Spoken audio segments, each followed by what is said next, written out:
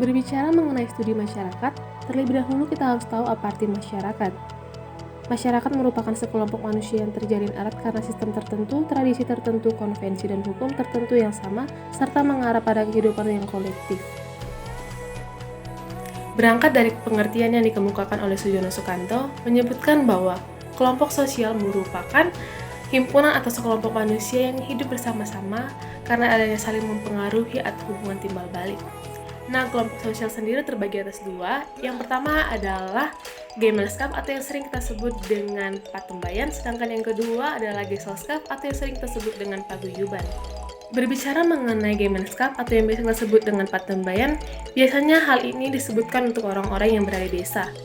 Alasannya karena orang-orang yang ada di desa masih sangat terikat kental dengan adat istiadat. Hubungan mereka biasanya terbentuk karena adanya ikatan kekeluargaan yang telah diteruskan oleh nenek moyang mereka. Dan kelompok Patembayan sendiri biasanya identik dengan kegiatan gotong royong loh. Sedangkan Geselschap atau yang biasa kita sebut dengan Paguyuban merupakan kelompok sosial yang biasanya diidentikan dengan orang-orang yang berada di perkotaan.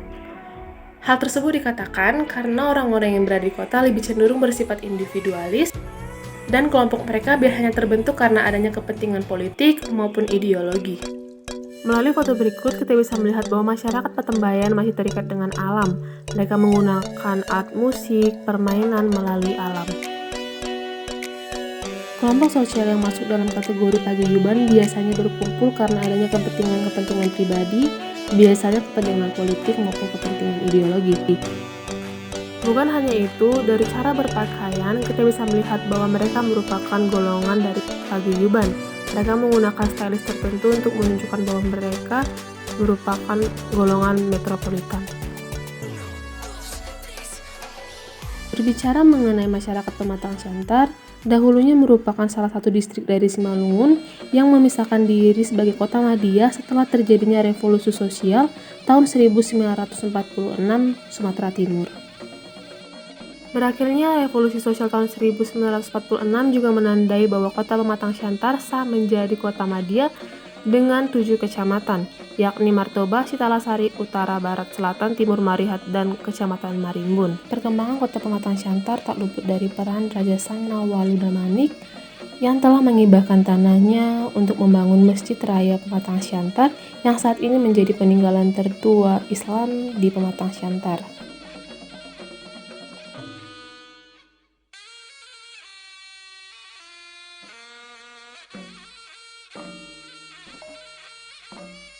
Kota Pematang Siantar yang dulunya merupakan bagian dari distrik Simalungun pernah diperintah oleh Tuan Sawadinda Manik I Pematang Siantar yang merupakan bagian dari 7 Raja Marpitu.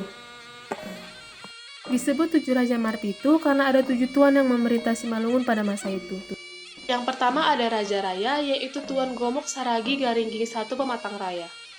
Yang kedua Raja Pane, yaitu Tuan Bosar Sumalam Purba dan Suha I Pematang Pane. Yang ketiga Raja Tanah Jawa, yaitu Tuan Sang Mahjudi Sinaga Dadi Hoyong I Pematang Tanah Jawa. Yang keempat Raja Dolok Silau, yaitu Tuan Ragain Purbatambak I Pematang Dolok Silau. Yang kelima Raja Slimakuta, yaitu Tuan Padiraja Purbagirsang I Nagasaribu. Yang keenam ada Raja Siantar, yaitu Tuan Sawadinda Manik I Pematang Siantar. Dan yang ketujuh ada Raja Purba, yaitu Tuan Karel Tanjung Purba Pakpak I Pematang Purba atau Tuan Parjabaya. Namun ketujuh Raja Simalungun terbunuh pada masa revolusi sosial tahun 1946. Hal tersebut dikarenakan masyarakat pribumi menganggap bahwa ketujuh raja ini menjadi tangan kanan selama masa pendudukan Jepang dan kolonialisme Belanda di Indonesia.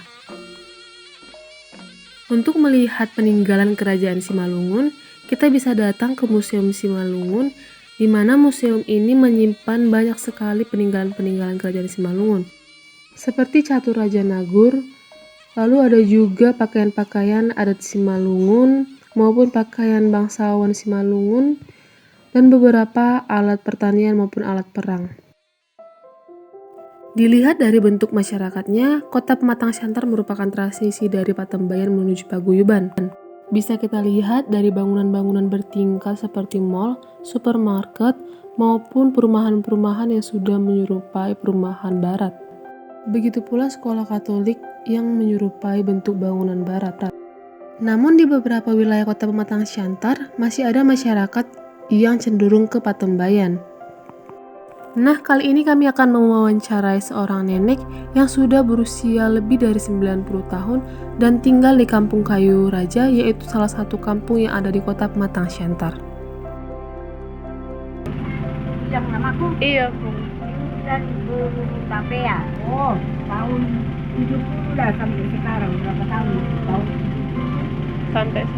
udah lama kan? Iya. Udah lama. Ini pun lahir di sini. Oh, aku lahir di sini, aku. Lahir dia sini.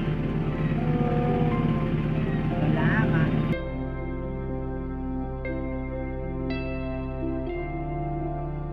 Selain pertanian, kota Pematang Siantar juga merupakan daerah penghasil perkebunan kelapa sawit yang dulunya merupakan Indonesian Oil Palm Research Institute atau yang sekarang menjadi PPKS atau Pusat Penelitian Kelapa Sawit.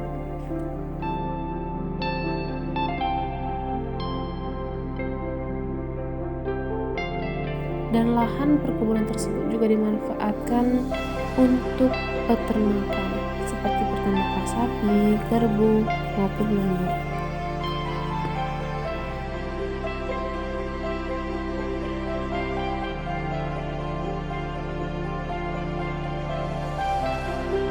Bentuk rumah di kota Pematang Siantar juga beragam, dan semuanya itu tergantung dari kondisi status ekonomi setiap masyarakatnya. Ada yang sudah mengikuti tren dari luar negeri, ataupun ada yang masih menggunakan rumah susun, ataupun rumah papan. Selanjutnya kami akan pergi ke tempat di mana banyak masyarakat melakukan interaksi. Ya, benar sekali, yaitu di Pajak Horas, yaitu salah satu tempat berbelanja di kota Pematang Siantar yang sangat terkenal. Selain di kampung, bentuk interaksi sosial masyarakat Patembayan kota Pematang Siantar juga masih terjadi di Pajak Horas yang menjadi salah satu tempat untuk berbelanja di kota Pematang Siantar. Hal tersebut kita buktikan dari wawancara pedagang berikut. Saya berada di Pajak Horas di mana tempat para pedagang pada umumnya untuk berjualan. Kita lihat bagaimana situasi dari Pajak Horas. Udah ada kira-kira 5 tahun lebih. Yang baru apa? Jualan di sini dibantuin. Ada kawanku. Dekat-dekatnya orang di sini baru. Dekat-dekatnya orang di sini saling sapa-sapaannya. Komunikasinya Ya, tadi sebaiknya kami sini. Adanya pertuturan. Enggak, saudara di sini. Saling martuturnya. Saling martuturnya baru. Ya. Berapa kana? Itu Kawanku. Manurung. Burung murah. Ketika kamu berkunjung ke kota Pematang Siantar, kamu dapat pergi ke salah satu tempat destinasi wisatanya, yaitu Umbul Kayu Raja. Destinasi wisata ini juga memiliki cerita mistis. Menurut penduduk tertua setempat, bahwa tempat ini merupakan lubang persembunyian dari masyarakat Pematang Siantar pada masa kolonialisme Belanda dan pendudukan Jepang di Indonesia. Selain itu, bagi siapapun bayi yang lahir di kampung ini harus terlebih dahulu dimandikan di Kayu Raja sebelum dibawa ke gereja.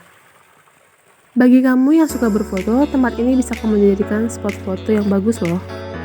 Tak hanya itu, kota Pematang Siantar juga pernah mendapat piagam penghargaan, yaitu Piagam Adipura sebagai kota terbersih di Indonesia. Sekian video yang bisa saya sampaikan. Semoga video ini bisa menjadi bahan edukasi maupun hiburan bagi siapapun yang menontonnya. Akhir kata, saya ucapkan terima kasih kepada banyak pihak yang telah membantu saya dalam membuat video ini. Priska Bunga dari kelas D reguler pendidikan sejarah pamit undur diri dari video. Tetap menggunakan masker dan jangan lupa menjaga kesehatan. Salam jas merah.